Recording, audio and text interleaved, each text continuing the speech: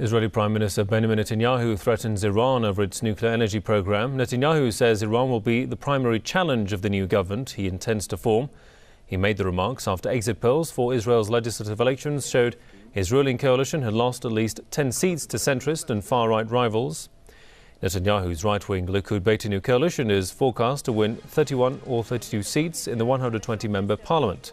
That's down from the 42 seats the coalition previously held. With this reduced plurality, the Prime Minister will find it difficult to form a ruling coalition. The Israeli elections comes on the backdrop of Tel Aviv's defeat in the 8-day war on Gaza in November, which ended in a truce. To discuss this more, I'm joined from Baja, Mexico, by Johnny Punish, a writer at Veterans Today. Welcome to the programme, sir. Mr. Punish, Netanyahu has sent out stronger words to Iran. Are we going to see a more hawkish Israeli cabinet this time around? Well, that's a great question. You know, it's hard to tell right now because it's so early in the election process in Israel.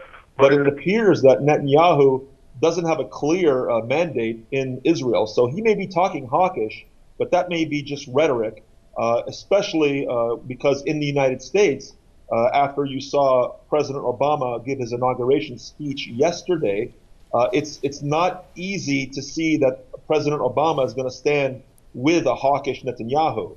It's going to be very difficult for him, but you know, he is who he is. He's going to talk that way, but it may be just to placate his right because he has to establish a coalition government, it appears.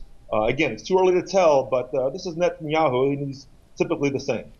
Of course, what are Netanyahu's coalition challenges? There are reports of Netanyahu having to form a coalition with the Jewish Home Party. I mean, what will these challenges be, and will these challenges prevent Netanyahu from taking on his agenda?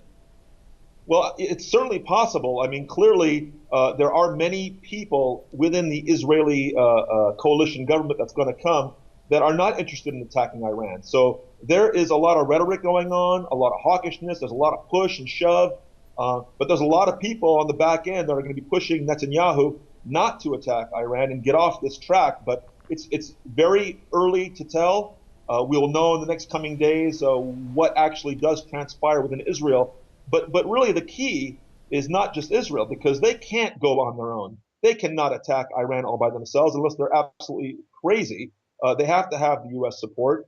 And all indications with the possible appointment of Chuck Hagel as Secretary of Defense of the United States, it's a clear message that attacking Iran is not something that's going to be on the U.S. agenda. All right, we'll leave it there for the time being. Many thanks to Johnny Punish, writer at Veterans Today.